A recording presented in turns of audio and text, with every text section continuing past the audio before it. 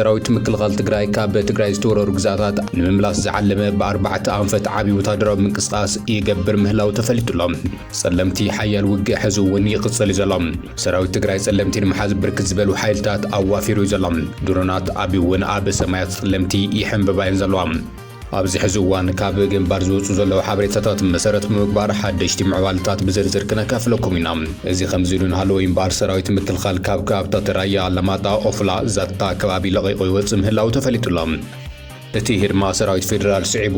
TDF ዝተቆጻጸሮም ከባብታት ባንዴራታት ትግራይ ተክል ከም ዘለውን ተፈሊጡሎም ይኹን እምበር ብርክት ዝበላ ድሮናት ሕዝውን ኣብ ዞባ ደቡብ ትግራይ ዝርከባ ከተማታት ብስፍሓት ተዋፊረን ምህላውን እዩ ዝግለጽ ዘሎም ብኻልእ ገጽ ኣብ መቐለ ከቢድ ምድንጋጽ ተፈጢሩሎም መንገዲ ኣየር ኢትዮጵያ ካብ ናብን መቐለ ኣዲስ ኣበባ ዘካይዶም ዝነበሩ በረራታት ምስራዙ ስዒቡ እቲ ወጥሪ ኣብ መቐለ ነጊሱ ምህላውን ተገሊጹሎም ብርክት ዝበሉ ወገናት ግልጋሎት ባንኪ ስኢኖም ኣብ ጎደናታት እውን ተራእዮም እዮም እዚ ከምዚ ኢሉ እናሃለወ ብዛዕባ ምረጻ ኣብ ትግራይ ዝምልከት እውን ስምዑ ዘለዉ ሓበሬታታት እናባኹም ክነብል ኢና ሓይሊ ኣየር ኤርትራ ኣብ ዝለዓለ ተጠንቀቕ ክኸውን ተኣዚዙሎም ብስንኪ ቀዳማይ ሚኒስትር ኣብይ ኣሕመድ ዘስምዑ መዳለዊ ኩናት ዝመስል ዘረባ ኣብ መንጎ ኤርትራን ኢትዮጵያን ዘሎ ወጥሪ ናብ ዝኸፍአ ደረጃ ተሰጋጊሩ ምህላው ዝፍለጥ ኮይኑ ነዚ ስዒቡ ድማ ሓይሊ ኣየር ኤርትራ ንዝኾነ ይኹን ኩናት ወይም ሃንደበታዊ መጥቃዕቲ ድልው ንክኸውን ኣብ ዝለዓለ ተጠንቀቕ ኩነታት ንክህሉ ከም ዝተኣዘዘ እዩ ዝግለጽ ዘሎ ብዛዕባ እዚ እውን ነካፍለኩም ሓበሬታ ኣሎ ክቡራትን ክቡራንን ሰላምታ እውን ኣይረሳዕናን ኣብ ዘለኹም ሰላም ከመይ ይብዛሕ እንዳበልና ንሎሚ ናባኹም ዝሓርናዮ መገደስቲ ምዕባል ሳቲና አላሊናኩም ዘለና ብዝርዝር እውን ከም ዝስዕብ ክነቕርበልኩም ኢና ቻናልና ሰብስክራይብ ላይክ ሼር እንዳገበርኩም ክትከታተሉና እውን ብኽብሪ ንዕድም TDF ዝተወረሩ መሬታት ትግራይ ንምምላስ ኣብ ዝገብሮ ዘሎ ከቢድ ምንቅስቃስ ብ4 ኣንፈት ዓቢ ወታደራዊ ምንቅስቃሳት የካይድ ከም ዘሎ ተገሊጹሎም እቲ ኣብ ጸለምቲ ዝተወልዐ ኩናት እናሰፍሐ ይኸይድ ኣብ ዘለሉ እዋን በረራታት መንገዲ ኣየር ኢትዮጵያ ናብ ከተማታት ትግራይ ተቋሪጹ ከም ዘሎ እውን ተገሊጹሎም ኣብ መንጎ መንግስቲ ፌደራልን ሓይልታት ትግራይ ተፈጢሩ ዘሎ ወጥሪ ናብ ጽዑቕ ኩናት ተሰጋጊሩ ይቕጽል ኣብ ዘለሉ እዋን ሓይልታት ትግራይ ንምዕራብ ትግራይ ንምምላስ ልዑል ወታደራዊ ስርሒት ይቕጽሉ ከም ዘለዉ ተገሊጹሎም ብመሰረት ካብ ግንባር ዝወፁ ዘለዉ ሓበሬታታት ሰራዊት ትግራይ ኣብ ግንባራት ጸለምቲ ብርቱዕ መጥቃዕቲ ብምክያድ ነቶም ንዓመታት ኣብ ትሕቲ ወረርቲ ሓይልታት ዝጸንሑ ከባብታት ንምምላስ ምንቅስቃሳት ኣጠናኺሩ ይቕጽል ከም ዘሎ ተገሊጹ ዘሎ ሰራዊት ምክልኻል ኢትዮጵያ ዋላ እኳ ብድሮን ዝተሓገዘ መጥቃዕቲ ኣጠናኺሩ እንተሃለወ ኣብ ገለ ከባብታት ዘሎ እግረኛ ግና ብድንጋጸ እናሃደመ ይወፅእ ምህላው እዩ ተገሊጹ ዘሎ ሰራዊት ትግራይ ድማ ስትራቴጂካዊ ቦታታት ይቆጻጸር ከም ዘሎ እውን ተገሊጹ ሓበሬታታት ከም ዘመላኽትዎ እቲ ብመንግስቲ ፌደራል ዝድገፍን ርእሱ ሓራ መሬት ብምባል ዝፅውዕ ጉጅለ ዕጡቕ ትግራይ ውሽጣዊ ምፍራስ የጋጥሞ ምህላው እውን ተገሊጹ ሓደ ካብ ላዕለዎት ተኣዘዝቲ እቲ ጉጅለ ዕጡቕ ዝኾነ ወዲ በላይ ክልተ መራሕቲ ረጅመንትን ምስ ሙሉእ ዕጥቆም ካብቲ ጉጅለ ተፈልዮም ናብ ሰራዊት ምክልኻል ትግራይ ከም ዝተጸንበሩ እውን ተገሊጹሎም ኣብ ጸለምቲ ዘይተወዓውዐ ግን ድማ ኣዝዩ ብርቱዕ ዝኾነ ኩናት ዝካየድ ዘሎ TDF ናብ ግዛኣታቱ ብምእታው ድማ ታሪካዊ ግዛኣታት ትግራይ ንምምላስን ሉዓላውነት ትግራይ ንምርጋጽን ኣብ ዝተፈላለዩ ግንባራት ሓይልታት ይውድብን ይንቀሳቐስ ከም ዘሎን ይዝግለጽ ዘሎ ፌደራል ብወገኑ ኣብ ልዕሊ TDF ጽዕጽዕ ናይ ድሮን መጥቃዕቲ ይገብር ከም ዘሎ ይግለጽ ዘሎ እንተኾነ ግና እግረኛ እቲ ሰራዊት ይሃድም ከም ዘሎ ይዝግለጽ ካብ ዕለት 18 ጥሪ ጀሚሩ ኣብ ምብራቕን ምዕራብን ጸለምቲ ዝተወልዐ ብርቱዕ ናይ ህዝቢ ቃልሲ ናብ ሙሉእ ስርሒት ተሰጋጊሩ ከም ዘሎ ይዝግለጽ ዘሎ እዚ ስርሒት ሰራዊት ትግራይ ድማ ኣብ ስቃይን ሞትን ሕማምን ዝርከብ ተመዛባላይ ናብ ዓዱ ናብ መረበቱ ንምምላስ ዝዓለመ ምዃኑ ይዝግለጽ ዘሎ ብመሰረት ስምዕነት ፕሪቶሪያ ናብ ዓዶም ክምለሱ ምስ ፌደራል ስምዕነት ተበፂሑ ዝተመዛበሉ ዝተመለሱ ነበርቲ ጸለምቲ ትምህርቲ ከይረኽቡ ተኸልኺሎም መገዛ ዓዶም ድማ ይቐተሉን ይጭወይኑ ከም ዘለው ክግለጽ ይጸኒሖም ነዚ ስዕቡ እውን ብግንባር ጸለምቲ ጥራሕ ሰራዊት ትግራይ ብሰለስተ ዓበይቲ ኣርምታት ማለት እውን ኣርሚ 11 1335 ተደራጁ ምንቅስቃስ ይገብር ከም ዘሎ ተፈሊጡ ዘሎ ጅግና ሰራዊት ትግራይ ትማሊ ኣብ ግንባር ጸለምቲ ወሳኒ ዝኾነ ኣርማደጋ ዝተባሃለ መሰጋገሪ መስመርን ካልኦት ስትራቴጂካዊ ቦታታትን ኣብ ትሕቲ ቁጽሪ እትዩ ከም ዘሎ ተገሊጹ እዚ ሓይሊ እዚ ናብ ወልቃይትን ጸገዴን ብምስባር ነቲ ንዓመታት ተዓጽዩ ዘሎ ህዝብና ሓራን ምውጻእ ሙሉእ ምድላው ይገብር ከም ዘሎ ተገሊጹ ዘሎ ብኻልእ ወገን ድማ ብወገን ሽራሮ ተከዘ ብምስጋር ናብ ቀፍታሕ ሞራ ከምኡ እውን ብወገን ደደቢት ናብ ቆራሪስ ዘምርሕ ስሉጥ ወታደራዊ ስርሒት እውን ተጀሚሩ ከም ዘሎ ይዝገለጽ ዘሎ ካብ ሽረው ተወሳኺ ሓይሊ ተበጊሱሎም ኣርሚ 70 ካብ ዝኾነ እዋን ንልዓይ ብልዑል ወታደራዊ ብቕዓትን ዕጥቅን ተደራጁ ኣብ ተጠንቀቕ ከም ዘሎ ተገሊጹ እዚ ሓይሊ እዚ ብሰለስተ ኮራት ማለት እውን ኣርሚ 701 702 ሓደ ፍሉይ ሓይሊ ኮማንዶ ክፍለ ጦርን ዝተዋቀረ ከም ዝኾነ ዝፍለጥ ኮይኑ ንምዕራብ ትግራይ ሓራን ምውፃእ ፍሉይ ስልጠናታት ክወስድ መጽንሑ እውን ይዝከር እዩ። ነዚ ታሪካዊ ስርሒት ንምስራሕ ድማ ሰራዊት ትግራይ ብብቑዓት ጀነራላት ብመዋቕራዊ ትእዛዛት ተሓጊዙ ይካየድ ከም ዘሎ እውን ተገሊጹ እዩ። ጀነራል ፍስሐ ማንጁስ ነዚ ስርሒት ብስሉጥ መንገዲ ይመርሑ ምህላው እውን ወታደራዊ ምንጭታትና እዮም ዝገልጹ ዘሎም። ሰራዊት ትግራይ ነዚ ስርሒት ብዝበለጸ ንምምርሕን ኣብ ከባቢ ሽራሮ ትርከብ ዓዲ ጸጸር ከም ስትራቴጂካዊ ናይ ውግእ ማእኸል ኮይና ከም ዘላ እውን ተገሊጹ እዩ። እዚ ተጀሚሩ ዘሎ ስርሒት ድማ ነቲ ብሓይሊ ተወሪሩ ዘሎ ግዛኣት መሬት ትግራይ ንምምላስን ንህዝቢ ትግራይ ድማ ቀጻሊ ድሕነት ንምርጋጽን ዝዓለመ ምዃኑ ክግለጽ ይጸኒሑ። መላእ ዞባ ምዕራብ ትግራይ ናብ ትሕቲ ምምሕዳር ትግራይ ንምምላስን ነቲ ንዓመታት ኣብ መከራ ስቃይ ዝርከብ ህዝቢ ሓራን ምውፃእ ዝዓለመ ከም ዝኾነ እውን ተገሊጹ እዩ። እቲ ኩናት ኣብ መንጎ ተስፋሕፋሕቲ ሓይልታትን ንመረበቱን ንርስቱን ዝቃለስ ዘሎ ሰራዊት ትግራይ ዝግበር ዘሎ ምዃኑ እውን ፍትሓዊ ይገብሮ እዩ ተባሂሉሎም። እዚ ከምዚ ኢሉ ንሃለወ እምበር ሰራዊት ምክልኻል ካብ ከባብታት ራያ ኣላማጣ ኦፍላ ዛታን ኮረምን ለቂቑ ይወፅእ ምህላው ተገሊጹ ዘሎ።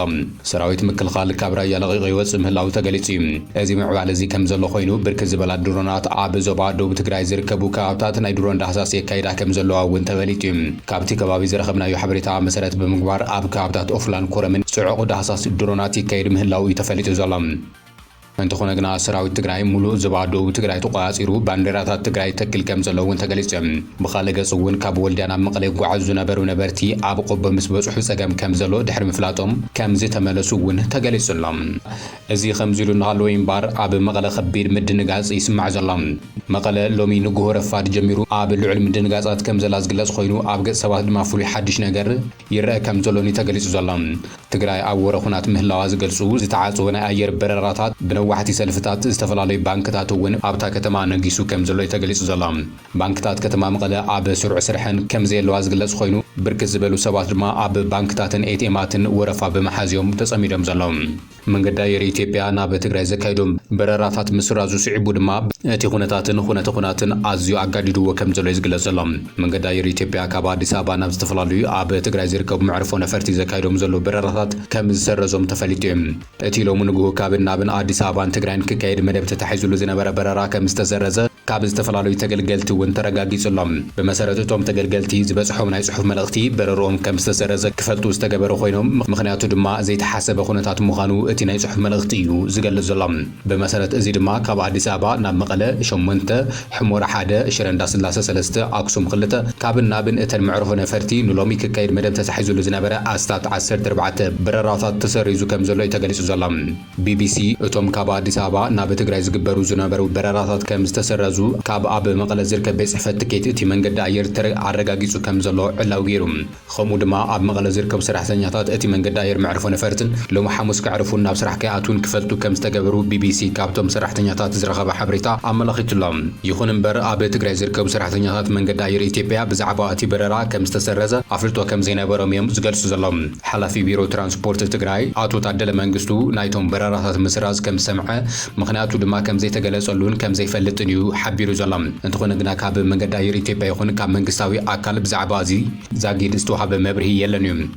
ቢቢሲ ኣዘራሪበዮ ብምባል ስሙ ክገልጾ ዘይደለየ ሰራሕተኛ መንገዲ ኣየር ኢትዮጵያ ናብ ትግራይ ዝግበር ዝነበረ በረራ ከም ዝተሰረዘ ኣረጋጊጹላ። እቲ ሰራሕተኛ እቲ መንገዲ ኣየር ንሎሚ ሐሙስ ጥራሕ እዩ በረራ ተሰሪዙ ዘሎ ዝበለ ኮይኑ ይኹን እምበር ንዝቕጽሉ መዓልታት ዝግበር በረራ ኣብቲ ኩነታት ዝመርኮስ ይኸውን ዝበለ ኮይኑ ምክንያት ናይዚ ሃንደበታዊ ውሳነ ግና ካብ ምግላጽ ተቆጢቡ እዮም። ድምፂ ወያነ ኣብ ዘውፅኦ ሓበሬታ ብወገኑ ሎሚ ሐሙስ ናብ ትግራይ ዝግበር ዝነበረ በረራ መንገዲ ኣየር ኢትዮጵያ ብዘይተፈለጠ ምክንያት ደው ከም ዝበለ ነቶም ሰራሕተኛታት ኣዘራሪቡ ብዝረኸበ ሓበሬታ መሰረት ዕላው ገይርዎሎም። ንሰራሕተኛታት መንገዲ ኣየር ኢትዮጵያ መዕርፎ ነፈርቲ ኣሉላ ኣባነጋ ብስልኪ ዘዘራረበ ድምፂ ወያነ ትግራይ ምክንያቱ ብዘይፈለጥናዮ ኣገባብ ኢና ሎሚ ሐሙስ በረራ ተሰሪዙ ተባሂልና ክብል እዩ ገሊጹ ኣሎ። መርሃ ግብሪ ቀጸልቲ ዕለታዊ በረራታት ኣብ ዲጂታል ስርዓት ሲስተም ክፉታት ከም ዘሎ ብምሕባር ሎሚ ግና ዕጹም ምዃኑ እዩ ገሊጹ ዘሎ። ንሎሚ በረራ ዝነበሮም ዓማዊል እቲ መንገዲ ኣየር ብምክንያት ዘይብሉ ኩነት በረራኹም ተሰሪዙ ኣሎ ዝብል ትሕዝቶ ዘለዎ ጽሑፋዊ መልእኽቲ ከም ዝበጽሖም እውን ተፈሊጡ እዩ። ዋላ እኳ ጽባሕ ዓርቢ ንዝህሉ መርሃ ግብሪ በረራ ክፉት ምዃኑ እንተተረኣየ ርግጽነቱ ከም ዘየለ ግን ተገሊጹ እዩ። ድምፂ ወያነ ትግራይ ንማእኸል ቤት ጽሕፈት ርክብ ህዝቢ እቲ መንገዲ ኣየር ብስልኪ ንምርኻብ ፈተነ ከም ዝገበረን ዝረኸቦ ምላሽ ከም ዘየለን እውን ኣካቲቱ እዩ።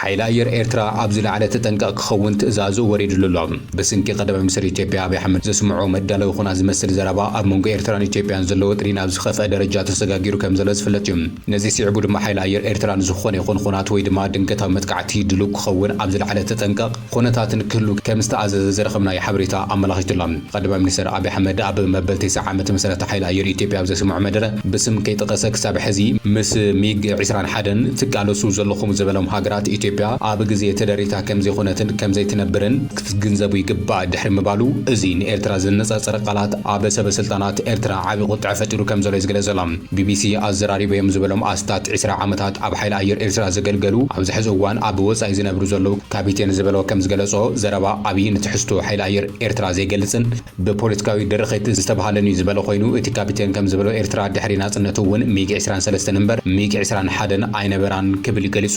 ኣብ እዋን ኩናት 1998 ካብ ሩስያ ዝተዓደጋ ሚግ 29 እውን ኣለዋ ክብል ሓቢሩ እዩ። ድሓር ድማ ካብ ዩክሬን ዝተዓደጋ ምዕቡላት ሱኬይ 27 ሱ 27 እውን ኣለዋና ዝበለ ኮይኑ ይኹን እምበር እቲ ዘረባ ናይ ምፍራሕ ኩናት ዝዓለመ ከም ዝኾነ ይገልጽ ዘሎ። ኢትዮጵያ ኣብዚ ሕዚ እዋን ሱ 30 ጄ10 ሲን ዝኣመሰላ ምዕቡራት ነፈርቲ ውግእ ከም ዝተዓጠቐት ብምግላጽ ነተን ኣብ ግዜ ተዓኒደን ኣለዋ ዝበለን ሃገራት ከፈራርሕ ተራእዩ። እቲ ኤርትራዊ ካፒተን ግና ምዕባለ ቴክኖሎጂ በፂሕዎ ዘሎ ደረጃ ምስ ድሮናት ክነጻጸር ከሎ ክትጀሃረሉ ዝግባእ ኣይኮነን ክብል ገሊጹ ኣሎ። እዚ ናይ ቃላት ኩናት ዝመጽእ ዘሎ ድማ ሰበስልጣናት ኢትዮጵያን ተበጻሕነት ቀይሕ ባሕሪ ከም ናይ ህልውና ጉዳይ ብምጥቃስ ወደብ ዓሰብ ንምሓዝ ወታደራዊ ሓሳባት ከልዕሉ ድሕሪ ምጽንሖም ከም ዝኾነ ይዝገለጽ ኣሎ። ኤርትራ ነዚ ኣካይዳ መርዛም ኣጀንዳ ግዝኣታዊ ምስፍሕፋሕ ብምባል እያ ኾኒናቱ ጸኒሓ። ክሳብ እዚ ሕዚ እዋን ብወገን መንግስቲ ኤርትራ ዝተዋሃበ ውግዓዊ መግለፂ እኳ እንተዘይሃለወ እቲ ኣብቲ ዞባ ዘሎ ወታደራዊ ምንቅስቓስ ግና ሓይሊ ኣየር ኤርትራ ኣብ ድልውነት ክጸንሕ ትእዛዝ ከም ዝወረደሉ እዩ ተገሊጹ ዘሎ።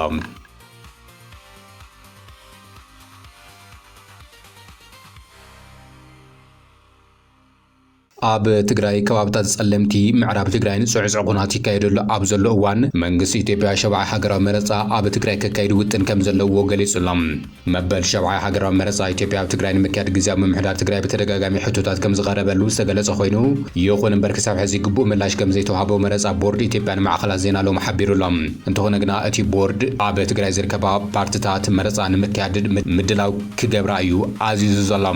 እቲ ቦርድ ንጋዜጠኛታት ኣብ ዝሃቦም መልእኽቲ መረፃ ንምክያድ ኣለይቲ መሰረታዊ ሓበሬታታት ንክቐርቡ ተግባራት ቅድመ መረፃ ተፈጸምቲን ክኾኑን ሓፈሻዊ ኩነታት ጸጥታ እቲ ክልል ቁፅሪ ወንበር ቤት ምኽሪ ናይቲ ክልልን ጣብያታት መረፃ ወዲቡ ከምኡውን ንኸይዲ ምዝገባ መረፅቲ ኣገደስቲ ዝኾኑ ናይ ክልል ኸይዲ ኣወሃባ መለለይ መንነት ዝምልከት ዝርዝር ንክለኣኸሉ እዩ ሓቲቱ ዘሎ።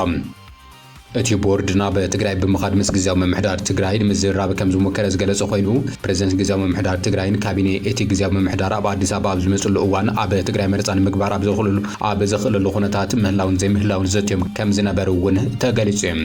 ኣብ ትግራይ መረፃ ክግበር ግቡእ ዋላ እኳ እንተኾነ ኮይኑ ግና ተመዛባላይ ህዝቢ ፈቆደ ኬንዳ ተደርቢዩ ኣብ ዘለሉ እዋንን ግዝኣታዊ ወሰናት ትግራይ ድማ ኣብ ዘይተመለሰሉ መሬትና ወሪዱ ሒዙ ዘሎ ዘይሕጋዊ ዕጡቕ ኣብ ዘይወፀሉ ዘይስሩዕ ምሕደራ ኣብ ዘይፈረሰሉን ዝካየድ መረፃ ዓብዪ ስጋትን ስኽፍታን ዝፈጥርን ካልእ ሴራ ካልእ ኣጀንዳ ከም ዘለዎ